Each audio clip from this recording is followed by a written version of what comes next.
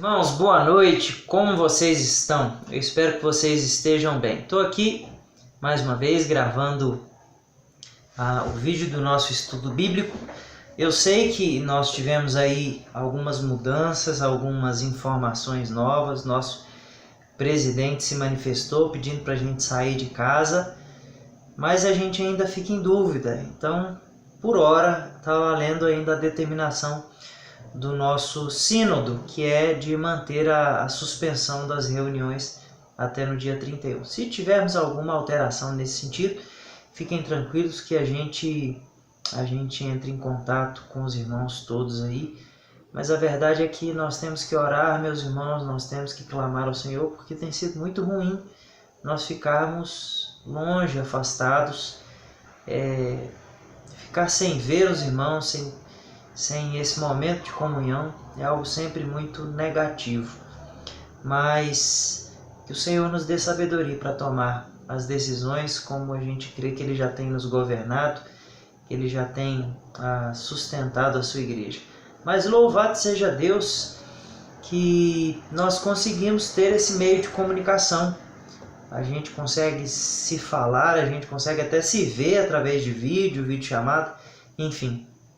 Então que a gente por hora continue usando essas ferramentas. E hoje a gente vai dar continuidade ao nosso estudo. Então, aquelas mesmas orientações da semana passada. Eu sei que o vídeo provavelmente você vai ver no celular, mas é bom que você vá para um lugar reservado, para que você tire um tempo, avise as pessoas que estão à sua volta que você vai estar em um momento de edificação, de estudo bíblico.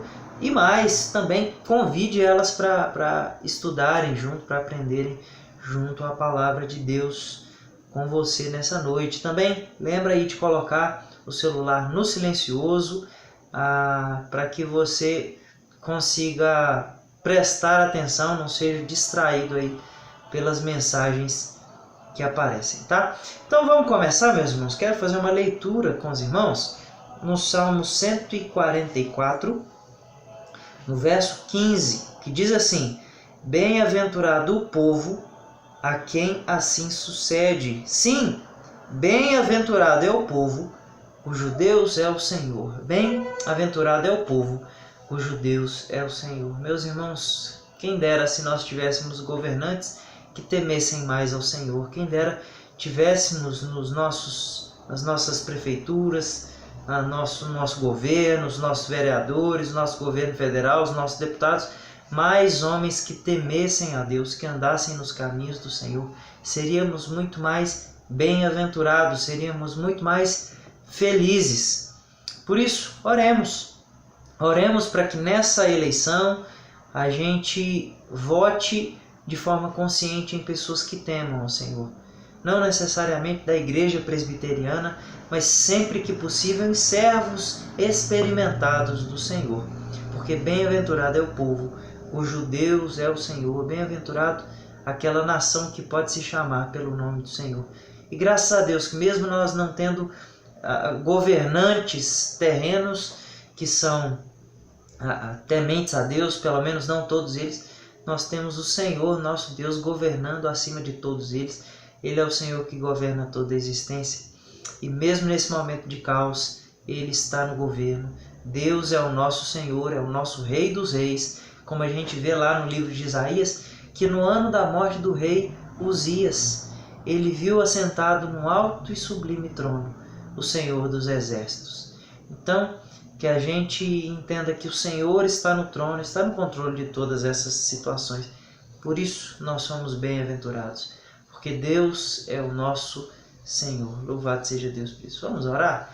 Pausa o vídeo, faça a oração e depois nós vamos dar continuidade. Eu vou estar orando aqui, mas faça a sua oração também aí na sua casa. Deus amado, Deus bendito, nós louvamos ao Senhor por esse momento de estudo, de aprendizado. Clamamos ao Senhor que nos edifique por meio da Tua palavra e que nos dê a confiança de que o Senhor governa acima de todas as coisas. Deus, nós somos bem-aventurados porque o Senhor é o nosso Deus, o nosso refúgio e fortaleza, socorro bem presente na tribulação. Por isso não precisamos temer, ainda que o mundo esteja no caos que está, ainda que os nossos governantes não saibam muitas vezes nos dizer o que fazer. Uns dizem umas coisas, outros outras coisas, mas sabemos que no Senhor não há sombra de dúvida e no Senhor há copiosa redenção. Por isso nós somos gratos, em nome de Jesus. Amém. Amém.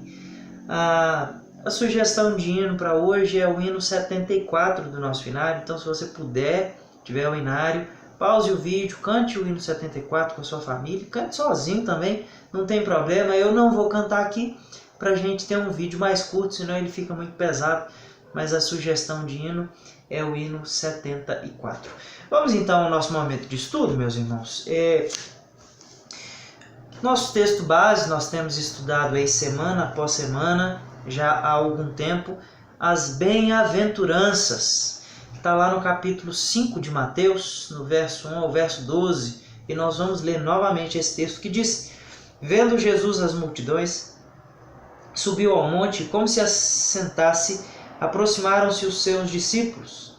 Ele passou a ensiná-los, dizendo: bem-aventurados os humildes de espírito, porque deles é o reino dos céus. Bem-aventurados os que choram, porque serão consolados. Bem-aventurados os mansos, porque herdarão a terra.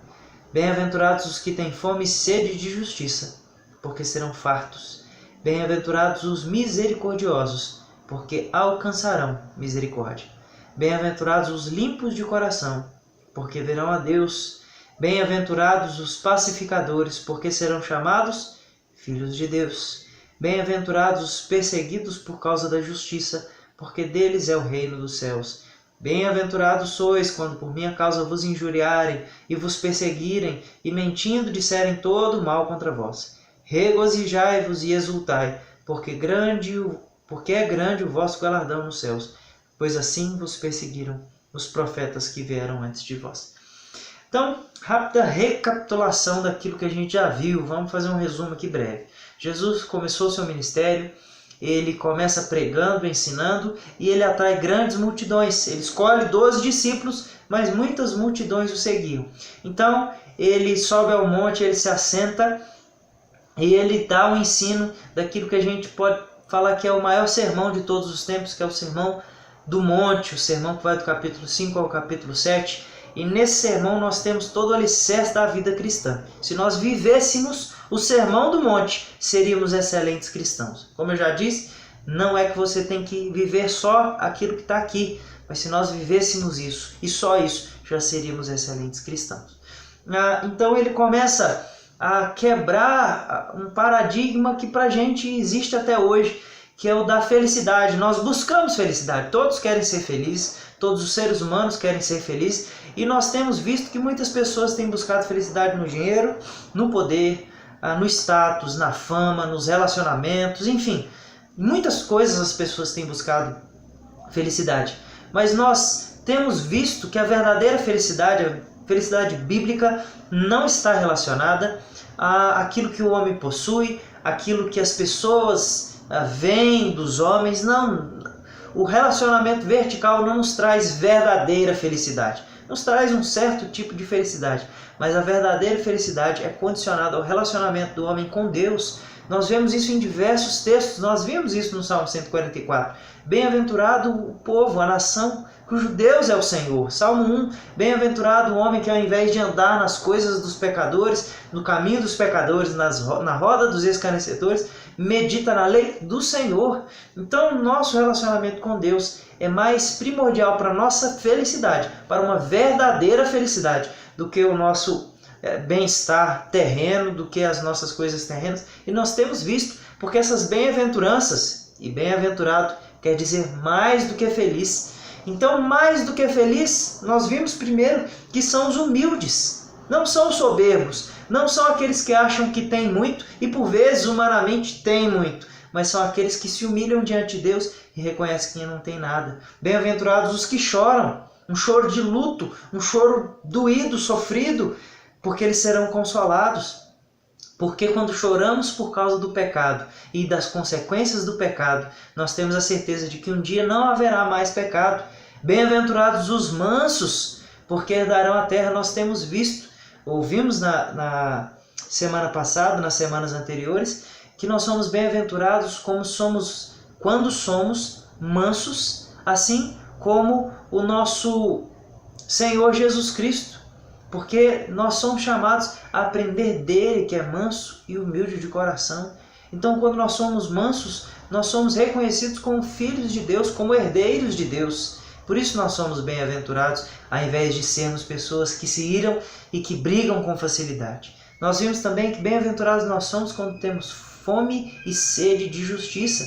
Porque se hoje nós temos uma nova natureza criada em Cristo Jesus, uma natureza que anseia pela justiça de Deus, porque Deus é justo, nós temos uma certeza que Deus ele há de julgar todas as obras más dos homens e nenhuma obra vai ficar sem o seu justo pagamento. Por isso, se nós temos fome e sede de justiça hoje, nós temos a certeza de que seremos fartos. Então, estão vendo como que nós somos felizes quando o nosso relacionamento com Deus, quando a nossa perspectiva de Deus está ajustada e está correta. E nós vamos ver hoje o verso 7, bem-aventurados os misericordiosos, porque alcançarão misericórdia. E aí eu quero te fazer uma pergunta, você se considera uma pessoa misericordiosa? Talvez você ache que sim, então deixa eu reformular. Eu quero que você imagine, muito provavelmente alguma vez na sua vida você foi muito humilhado por alguém te fez uma ofensa muito grave. Qual foi a sua reação inicial para com essa pessoa? Foi a de ficar chateado, de se irar, de brigar? Ou assim que essa pessoa te ofendeu, a sua primeira reação foi de fazer o mais bem que você pudesse fazer para ela? Foi fazer o bem para ela, foi fazer algo bom para ela. Essa foi a sua primeira reação? Talvez a gente se ache misericordioso. Só que quando a gente olha para o padrão nosso de misericórdia, a gente vê que a gente não é tão misericordioso assim. E o nosso padrão de misericórdia é o próprio Deus. A Bíblia nos mostra que Deus é misericordioso. O Salmo 118, verso 1, eu estou lendo aqui para a gente ganhar um pouquinho de tempo, diz assim: rendei graças ao Senhor, porque Ele é bom, porque a sua misericórdia dura para sempre. Lamentações de Jeremias, no capítulo 3, verso 22, se você quiser depois conferir esses textos, é importante anotar esses textos aí do ladinho do verso 7 de Mateus. Diz assim: as misericórdias do Senhor são a causa de não sermos consumidos, porque as suas misericórdias não têm fim. O Salmo 130, versos 6 e 7 diz: a minha alma anseia pelo Senhor, mais do que os guardas pelo romper da manhã, mais do que os guardas pelo romper da manhã. Espere Israel no Senhor, pois no Senhor há misericórdia, nele copiosa redenção. Olha que interessante. Deus é misericordioso. A misericórdia dele dura para sempre. Eu estou lendo o livro de Juízes, li o livro de Juízes hoje, um pedaço, e é impressionante a gente ver, e não só no livro de Juízes, como no livro, nos 5 primeiros livros da Bíblia, no livro de Josué a gente vê isso. Nós vemos que Deus perdoa o povo, e aí o povo se volta para o Senhor, mas rapidamente o povo se afasta do Senhor e vai adorar a deuses falsos, adorar a outros deuses, e aí a ira do Senhor se levanta. E aí o povo clama ao Senhor, e aí Ele tem misericórdia do povo. Aí você fala: agora pronto, agora o povo aprendeu a lição. Não, daí a pouco eles se afastam do Senhor, se entregam à idolatria, a ira do Senhor se levanta, eles clamam ao Senhor, e o Senhor tem misericórdia de novo. O Senhor é misericordioso, infinitamente misericordioso para com os seus, para com o seu povo. É impressionante, tinha hora, e eu confesso para os irmãos que eu estava lendo e dava raiva, porque a gente via que o povo, assim que vinha um período de paz, eles se afastavam do Senhor. Vinha um período de bonança, eles se afastavam do Senhor. E era necessário vir a ira, o juízo, a disciplina, para que eles clamassem de novo. E o Senhor novamente tinha misericórdia. Então Deus é o nosso padrão de misericórdia. E se nós olharmos todas as vezes que Deus perdoou o povo de Israel, todas as vezes que Deus se compadeceu de Israel, todas as vezes que Deus se voltou e salvou Israel dos perigos, dos inimigos, a gente vai ver que nós não somos tão misericordiosos assim. que a gente pode se achar muito bonzinho, mas que a gente tem um coração que é capaz de se irar, de se amargurar. A gente pensa que é misericordioso, mas a gente fala, tudo bem, eu perdoei, mas ele lá e eu cá. Eu não quero mais saber dele, eu não quero... Não é assim que Deus faz com o seu povo. Deus se volta para o seu povo e salva o seu povo e renova a aliança com o seu povo. Então, no Senhor, a verdadeira misericórdia.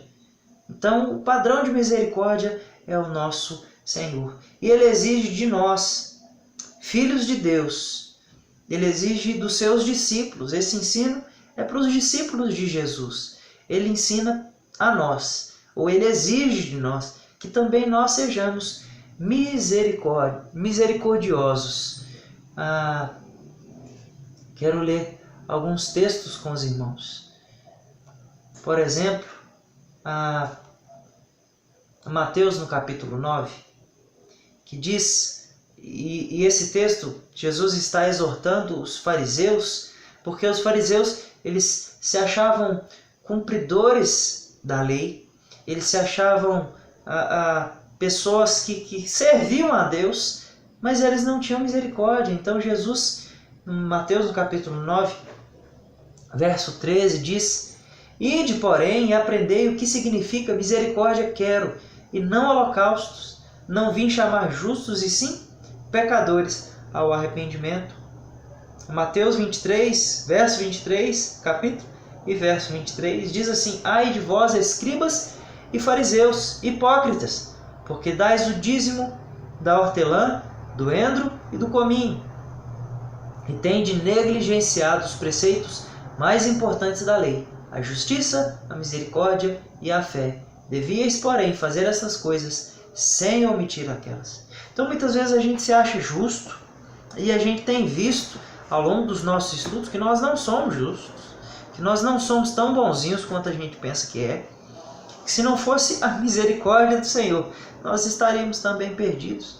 Então, Jesus exige dos fariseus, ou exorta os fariseus, a eles não se acharem bonzinhos, porque eles dão dízimo, porque eles fazem orações longas, mas eles tinham que exercitar a misericórdia, eles tinham que exercitar o amor ao próximo. Nós estudamos recentemente a parábola do bom samaritano, e aquela parábola ela é uma humilhação para os fariseus, porque nela Jesus ensina que amar ao próximo e ser o próximo é usar de misericórdia. É isso que nós vemos em Lucas 10, 36 e 37, quando Jesus pergunta para aquele escriba que perguntou para ele, para aquele intérprete da lei, qual destes três parece ter sido próximo do homem que caiu na mão dos salteadores? Respondeu-lhe o intérprete, o que usou de misericórdia para com ele. Observe que usar de misericórdia foi o atributo ou o diferencial para considerar um samaritano que não era seguidor, que não era povo de Deus, para considerá-lo tendo cumprido o mandamento do amor ao próximo. Então Deus exige de nós a misericórdia, Deus exige que sejamos misericordiosos. E Deus exige que sejamos misericordiosos, e eu quero que você preste atenção nisso agora, porque Ele, sendo misericordioso, foi misericordioso conosco. Eu sei que muitas vezes, dependendo do que as pessoas fazem conosco, é difícil perdoá-las, é difícil ter misericórdia, é difícil às vezes nós nos compadecermos de alguém que não merece, de fazermos o bem para alguém que não merece. Eu estou falando do perdão, mas a misericórdia vai além disso. De fazer o bem para alguém que não merece. Fazer o bem para alguém que não está merecendo esse bem que a gente faz. Mas pense, não foi isso que Deus fez para conosco? Não foi exatamente isso que aconteceu conosco? Nós não éramos bonzinhos, não estávamos fazendo o bem, nós éramos inimigos de Deus, inimigos da cruz de Cristo. Nós tínhamos uma dívida impagável, e é bom a gente usar esse termo misericórdia junto com o termo de dívida para a gente entender bem esse conceito. Existem algumas parábolas na Escritura que Jesus nos ensina, e uma delas é a do credor incompassivo, que o rei perdoa uma dívida imperdoável e ele sai todo feliz, e quando ele encontra um servo dele, esse servo do rei é perdoado, e ele encontra um conservo, alguém menor ainda. E esse conservo devia para ele também. E ele tinha sido alvo da misericórdia. Pouco tempo antes, o rei havia perdoado uma dívida enorme, e ele não foi capaz de perdoar a dívida pequena. Então, o rei, nessa parábola, pega ele e entrega ele aos verdugos, aos homens, para açoitá-lo. Então, aqui a gente começa a entender bem o conceito dessa bem-aventurança. Bem-aventurados nós somos quando somos misericordiosos, porque só os misericordiosos alcançarão misericórdia. E aí a gente tem que entender que esse tempo verbal aqui, alcançarão, futuro, ele pode ser entendido como também no passado, porque nós somos felizes, nós somos mais do que felizes quando somos misericordiosos, porque nós alcançamos misericórdia também. Deus já nos deu misericórdia em Cristo Jesus, e por isso nós somos felizes quando somos misericordiosos, quando agimos da mesma forma que Deus agiu para conosco. É isso que Lucas 6, 32 a 36 diz. Se você quiser abrir esse texto, é muito importante, que diz assim: se amais o que vos amam, qual é a vossa recompensa? Porque até os pecadores amam os que os amam. Se fizerdes o bem aos que vos fazem o bem, qual é a vossa recompensa? Até os pecadores fazem isso. E se emprestais, presta atenção, e se emprestais àquele de quem esperais receber, qual é a vossa recompensa? Também os pecadores emprestam aos pecadores, para terem outro tanto. Amai, porém, os vossos inimigos. Fazei o bem e emprestai, sem esperar nenhuma paga. Será grande o vosso galardão, e sereis filhos do Altíssimo, pois ele é benigno até para com os ingratos e maus. Somos nós. Os ingratos e maus aqui, eu e você, tá? Sede misericordiosos, como também é misericordioso o vosso Pai. Então esse texto está falando para a gente emprestar dinheiro e não exigir pagamento de novo. Eu sei que você ficou pensando nisso. Não é. A ideia é que se alguém precisar de dinheiro emprestado e a gente tiver dinheiro para emprestar, tiver dinheiro para dar, porque dinheiro para emprestar é dinheiro que a gente não vai... Se você for rico e alguém precisar de dinheiro emprestado, você tem que emprestar. Alguém, lógico, com critério, né? Não é também a reveria. Se alguém precisar de dinheiro dado, a gente tem que dar. Mas ele não merece. Não é questão de mérito. É lógico que eu estou falando do dinheiro, mas às vezes você dá o dinheiro para alguém, você vai fazer mal para ela. Eu não estou falando isso, eu estou falando de dar para quem não merece. Esse é o conceito, é isso que o texto está nos falando. Deus nos dá o tempo todo, presta atenção. Deus te dá o tempo todo, sem você merecer. Você acha que você merece tanta coisa boa que você tem? Eu não mereço. Eu tenho consciência disso. Só que a gente acha que merece, a gente acha que é bonzinho, a gente acha que a gente faz para Deus, a gente vai juntando um pontinho por pontinho, tijolinho no céu, e aí Deus fala: nossa, eu estou devendo para Ele. Não, meus irmãos, tudo que a gente faz de bom, Deus nos fez primeiro. O dízimo que você dá, e você tem que dar o dízimo, isso é algo essencial na sua vida cristã, dízimos, ofertas. Você acha que você está comprando a bênção de Deus, o favor de Deus? Deus vai olhar e vai falar assim: Ele deu o dízimo, agora eu tenho que abençoar. Não, foi Deus que te deu primeiro. Te deu o trabalho, te deu a capacidade, sem você merecer. Por isso a gente tem que ser misericordioso, como misericordioso é o nosso Pai. Vocês estão vendo que o tempo todo essas bem-aventuranças nos levam para mais perto daquilo que Deus representa e de forma ainda mais precisa daquilo que o próprio Cristo representa. Porque Cristo foi o maior exemplo da misericórdia de Deus. Cristo foi o maior exemplo dessa misericórdia de Deus de amar aqueles que não merecem, de dar por aqueles que não iriam retribuir. O que você pode dar para Cristo em troca da salvação? O que você pode oferecer a Deus em troca da morte de Cristo na cruz? Nada. O autor da vida morreu por nós, para nos dar a vida. Porque a gente merecia? Não.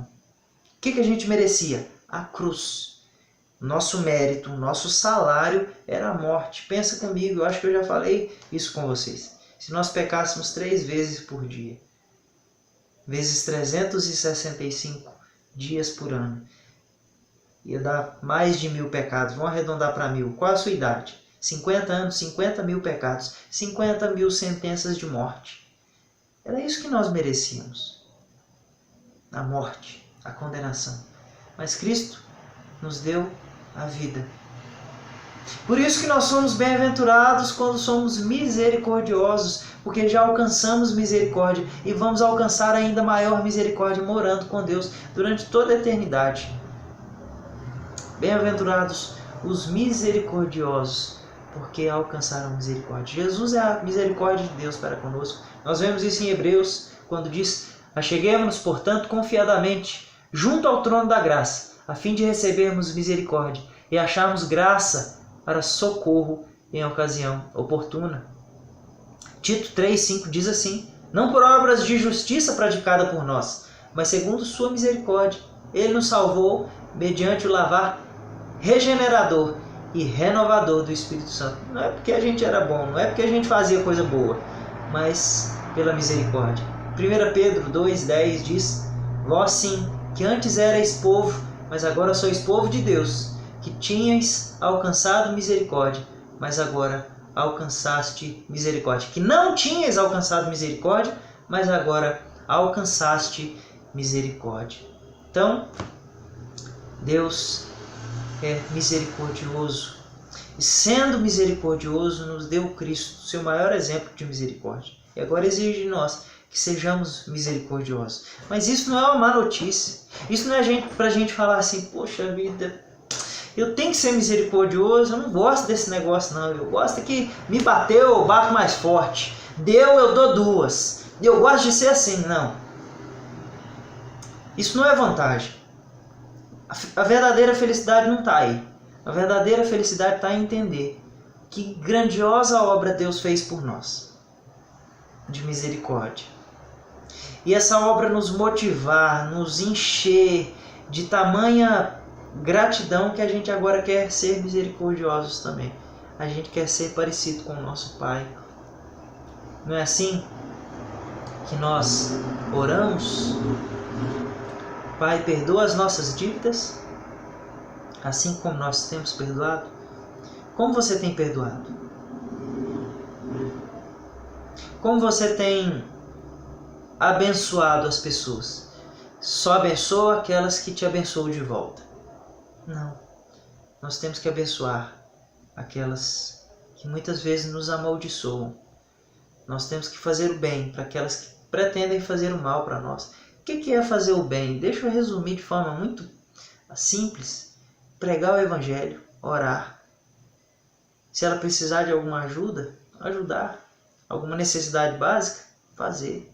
Mas pregar o Evangelho e orar, para que ela seja alcançada pela mesma misericórdia que nós fomos alcançados. Eu quero encerrar lendo um trecho do Salmo 23, que diz: bondade e misericórdia certamente me seguirão todos os dias da minha vida, e habitarei na casa do Senhor para todo sempre. Só há verdadeira misericórdia na casa do Senhor. E bondade e misericórdia nos seguem. Que isso seja uma via de mão dupla. A misericórdia nos segue porque Deus é misericordioso conosco, e a misericórdia nos segue porque nós somos misericordiosos com o nosso próximo. Que isso seja uma verdade para nós e que Deus nos ajude a aplicar isso no nosso dia a dia. Nós somos felizes quando somos misericordiosos, porque alcançamos e iremos alcançar misericórdia eterna na presença de Deus. Gente, foi muito bom. Espero que seja edificante para todos vocês. Deus os abençoe bastante. Vamos orar aqui. Pausa o vídeo, faça oração na sua casa. Eu vou estar orando aqui também para Deus nos dar a condição de fazer isso, para a gente ser feliz de verdade na presença dele, sendo misericordioso. Tem gente que vai te chamar de bobo quando você for misericordioso, mas você não é bobo não, você é bem-aventurado, tá? E eu também quero ser, para a glória de Deus. Vamos orar. Deus amado, Deus bendito, nós louvamos ao Senhor, por tudo que o Senhor tem feito e por toda a misericórdia que o Senhor derramou na nossa vida. Nos abençoa, Pai. Nos abençoa, porque muitas vezes nós somos orgulhosos, irascíveis, briguentos, ranzinzas, amargurados e não queremos usar de misericórdia para com aqueles que necessitam.